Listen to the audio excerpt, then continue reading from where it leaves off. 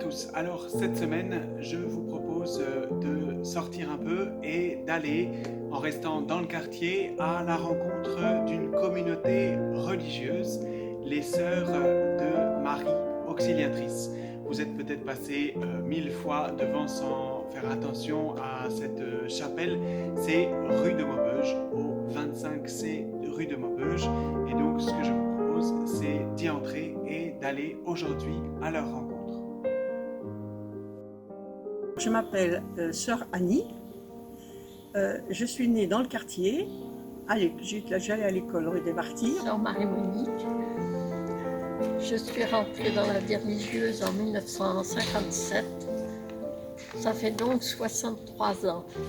Alors, je m'appelle Sœur Marie Bernard. Je m'appelle Sœur Marjorie, je suis irlandaise. Je m'appelle Sa Michiko, japonaise.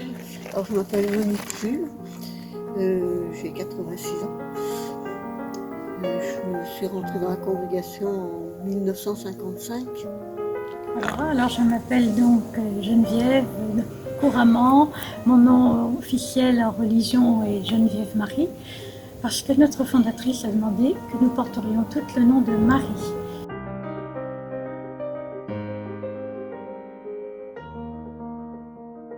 Je suis entrée dans la vie religieuse en réponse à l'appel du Seigneur au jour de ma profession de foi. Et puis, plusieurs années après, l'appel a été renouvelé. Et là, j'ai dit oui. Et là, c'était dans une grande joie. C'était dans la joie. Entrer dans la vie consacrée, c'est que j'ai senti un appel. Pour moi, c'était la quête du bonheur. Et j'avais la conviction que là, je trouverai le bonheur. D'abord, il faut que je vous explique pourquoi j'ai devenu chrétien. Parce que je suis baptisée adulte à l'âge de 25 ans. Alors pendant longtemps, j'ai cherché le chemin. C'est Dieu qui m'a montré le chemin, qui m'a cherché d'abord et montré le chemin. C'est Dieu qui m'a approché. Ah, ça m'a attiré. Oui. Bien, c'est d'abord d'avoir senti à plusieurs reprises l'amour que Dieu avait pour moi. Et j'ai ressenti le besoin de correspondre à cet amour, de le rechercher déjà parce que je ne comprenais pas trop pourquoi un Dieu s'intéressait autant à moi. Et puis j'ai voulu être à son service. Ça, je vous demandais ça au Seigneur, parce que c'est vraiment lui qui m'a appelée. J'étais très jeune, j'avais 7 ans, je crois, à peine. Oui, une conviction profonde. Voilà. Oui, moi je vais devenir religieux, je vais me donner au Seigneur, voilà. J'ai mis un temps fou à savoir où le Seigneur me voulait. Ça a été très dur.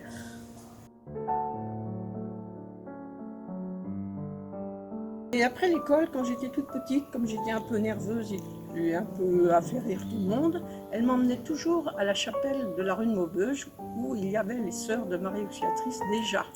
Les sœurs étaient toujours en prière dans cette chapelle parce qu'il y avait l'hostie et c'était une adoration perpétuelle, nuit et jour. Je suis allée 2 ans dans ce qu'on appelait à cette époque-là une maison de famille, ce qu'on appelle maintenant foyer des jeunes. J'ai vu plusieurs fois les sœurs je savais qu'elles participaient à la messe tous les jours et qu'elles faisaient l'adoration du Saint-Sacrement tous les jours aussi. J'ai plusieurs fois, assez souvent, participé à cette messe le matin. Et puis on m'a demandé plusieurs fois si ça ne m'ennuyait pas, comme on me voyait à la messe, de prendre un petit temps d'adoration du Saint-Sacrement. Je crois que c'est là un peu que ça m'a fortifié dans mon désir, donc l'adoration du Saint-Sacrement. Et puis je voyais les sœurs qui accueillaient les jeunes. Quand j'ai commencé à travailler, j'ai travaillé à Dublin. J'ai logé dans le foyer des Sœurs de Marie Auxiliatrice et j'ai été attirée par leur manière de vivre. Peut-être les deux choses qui m'ont marqué le plus étaient la prière d'adoration et après il y avait une certaine simplicité. Nous avons dit, elles sont comme des gens ordinaires. J'ai travaillé en tant que femme de ménage dans un foyer et je voyais les sœurs prier. Et j'ai lu, les notes de la fondatrice où elle disait que le but de la congrégation était de venir au secours des jeunes filles qui à l'époque étaient en précarité.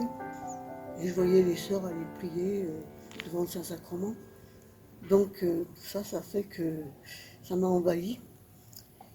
Et j'ai eu envie fortement de le vivre. Le prêtre qui m'a été baptisé était jésuite. Il m'a conseillé d'aller voir chez Marie Auxiliatrice. Et là, il y a eu la profession de bouppelette, profession définitive d'une douce japonaise. Ça m'a très impressionné. Ce n'est pas des choses que je peux faire. C'est Dieu. Sans Dieu, je ne peux pas répondre comme ça. Ça m'a attiré. Un beau jour, ça a été aussi soudainement que ma foi, j'ai su qu'il fallait que je sois religieuse.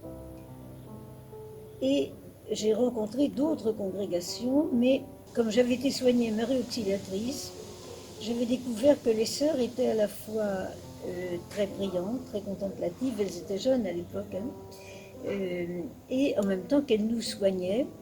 Et je trouvais que c'était tout à fait l'idéal. La vocation, c'est un appel qui vient d'en haut et qui est « Viens, suis-moi ». Et puis, il y a la réponse qui est ici, où il y a marqué « Oui ». Il dit oui, le petit bonhomme. Mais il dit « Attends, c'est pas encore le moment ». Voilà. Mais après, j'arrive. Voilà, c'est la liberté dans laquelle nous vivons, quelle que soit notre vie.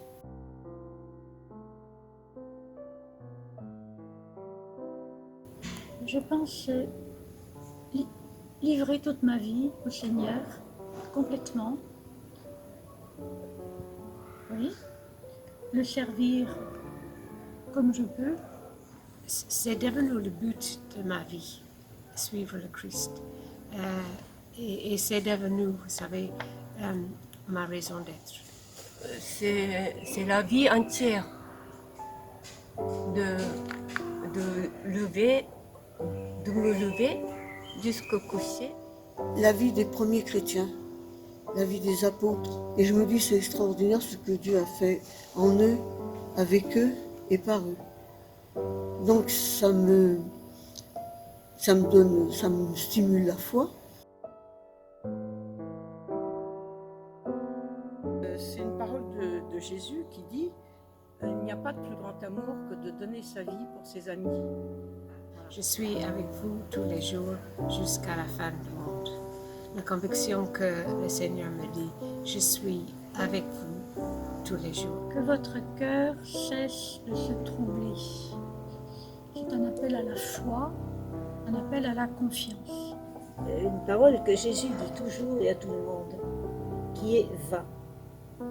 C'est-à-dire que quand Jésus guérit quelqu'un, il ne lui dit pas « mon pauvre petit », il lui dit « va ».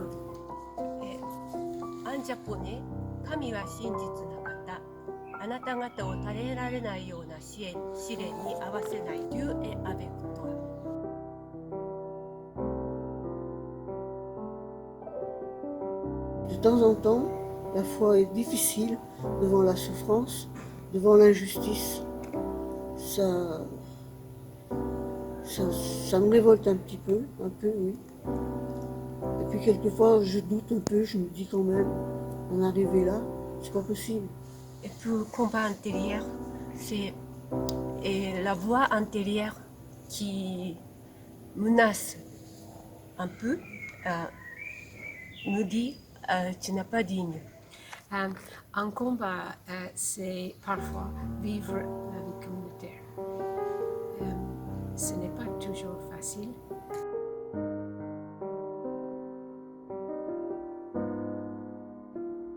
Le pape, en ce moment, là, c'est vrai que je puise beaucoup, que je l'écoute, que je le regarde et que je me dis franchement, il est vraiment à la suite du Christ. La possibilité de prier, la possibilité d'avoir le temps de prier. La vie consacrée, c'est vivre avec Jésus, bien sûr, en communauté. Pour moi, c'est spécial parce que les sœurs qui m'entouraient, le reflet de Dieu. Je suis heureuse dans le Seigneur. Je sais qu'il est là et je sais qu'il me comprend. De penser qu'il y a un Dieu dans ma vie, je trouve ça extraordinaire. Voilà. Et puis qui me permet de partager cet amour que je ressens avec les autres, surtout avec les plus pauvres.